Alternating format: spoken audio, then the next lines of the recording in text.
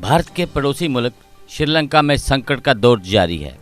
जबकि श्रीलंका में आर्थिक संकट के बीच लगाए गए कर्फ्यू को तो फिलहाल हटा दिया गया है, लेकिन कर्फ्यू हटने के बाद भी लोग फिर सड़क पर उतर आए हैं।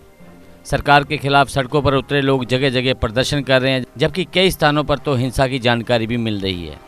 वहीं भीषण आर्थिक संकट का सामना कर रहे श्रीलंका में लोगों के गुस्से को शांत करने की सरकार की कोशिशों के बीच आज नए मंत्रिमंडल को शपथ दिलाई जा सकती है। आपको ज्ञात होगा कि रविवार को लोगों के गुस्से को देखते हुए देश के सभी 26 मंत्रियों ने अपने पद से इस्तीफा दे दिया था। लोगों में श्रीलंका की आर्थिक स्थिति को संभाल नहीं पाने को लेकर सरकार के प्रति बहुत आक्रोश है, जबकि राजनीतिक विशेषज्ञों का मानना है कि विदेशी मुद्रा भंडारण में कमी के कारण पैदा हुए आर्थिक संकट से सरकार द्वारा कथित रूप से गलत तरीके से निपटे जाने को लेकर मंत्रियों पर जनता का भारी दबाव था। देश में विरोध प्रदर्शनों को देखते हुए कर्फ्यू लगा दिया गया था। इसके बावजूद रविवार शाम को व्यापक स्तर पर प्रदर्शन हुए। प्रदर्शनकारी राष्ट्रपति गोटबाया राजपक्षे के इस्तीफे की मांग कर रहे थे।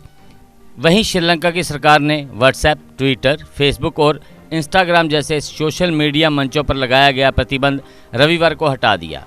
देश में आर्थिक संकट को लेकर सरकार विरोधी प्रदर्शन से पहले देशव्यापी सार्वजनिक आपातकाल घोषित करने और 36 घंटे के कर्फ्यू के साथ ही शनिवार की मध्य रात के बाद सोशल मीडिया पर प्रतिबंध लगा दिया गया था। सूत्रों के अनुसार फेसबुक, ट्विटर, यूट्यूब, इंस्टाग्राम, टोक, स्नैपचैट, व्हाट्सएप, वाइबर, टेलीग्राम और फेसबुक मैसेंजर की सेवाएं 15 घंटे के बाद बहाल कर दी गई। अब सूत्रों का कहना है कि श्रीलंका में राष्ट्रपति गोटबाया राजपक्षे ने विपक्ष को साझा सरकार में शामिल होने के लिए निमंत्रण दिया है।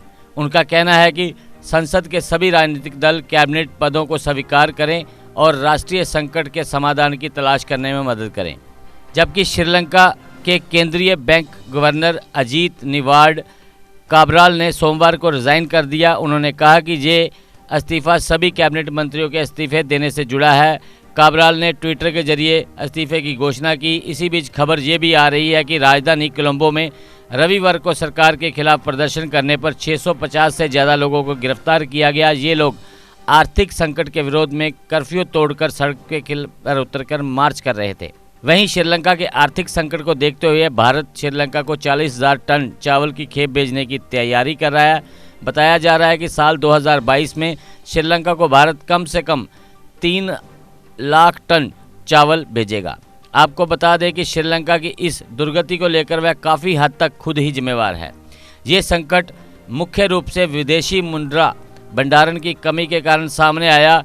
ये 2 वर्ष में 70% से घटकर फरवरी के अंत तक सिर्फ $2 रह गया। ये 2 माह में इंपोर्ट के लिए भी नाकाफ़ी था। इस साल करीब 7 अरब की कर्ज देनदारी खड़ी है। कर्ज प्रबंधन में श्रीलंका पूरी तरह से नाकाम हो रहा है। 2007 से ही उसने बड़े पैमाने पर कर्ज उठाए। इस पैसे से उसने कम या बिल्कुल कमाई नहीं करने वाले प्रोजेक्ट में लगा दिया। बिना सोचे समझे उसने कई तरह के टैक्स रियायतें दे डालीं। इससे मुसीबतें और बढ़ दी। ऑर्गेनिक फार्म पॉलिसी का आक्रामक तरह से आगे बढ़ने की वजह से कृषि क्षेत्र में ज़बरदस्त नुकसान पहुंचा रहा है। बीते वर्ष उसने केमिकल फर्टिलाइज़र पर बैन लगाया। इससे उपज पर असर पड़ा। उपज घटने से कृषि उत्पादनों में कमी आई। कृषि उत्पादनों के दाम आसमान छूने लगे। फरवरी में खाद्य महंगाई की दर 25.7% तक पहुंच गई। महंगे कर्ज लेकर उन्हें ना चुका पाने की वजह से समस्या गहराती गई। ये देश चीनी, दवाओं, ईंधन, दाल और खाद्यान्न जैसी ज़रूरतों की चीज़ों को लेकर आयात पर काफ़ी अधिक निर्भर है। फॉरेन रिजर्व के इनके लिए पेमेंट ना कर पाने की समस्या बढ़ गई। इसी बीच सही कसर कोरोना ने पूरी कर दी। इस कारण देश के टूरिज्म सेक्टर की कमर टूट गई। ये सेक्टर देश की कमाई के मुख्य स्रोतों में से एक है। जीके अपडेट रहे हमारे साथ।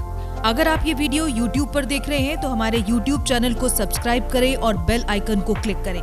अगर आप ये वीडियो Facebook पर देख रहे हैं तो हमारा Facebook पेज लाइक जरूर करें। For advertisement please contact 705-109-1811।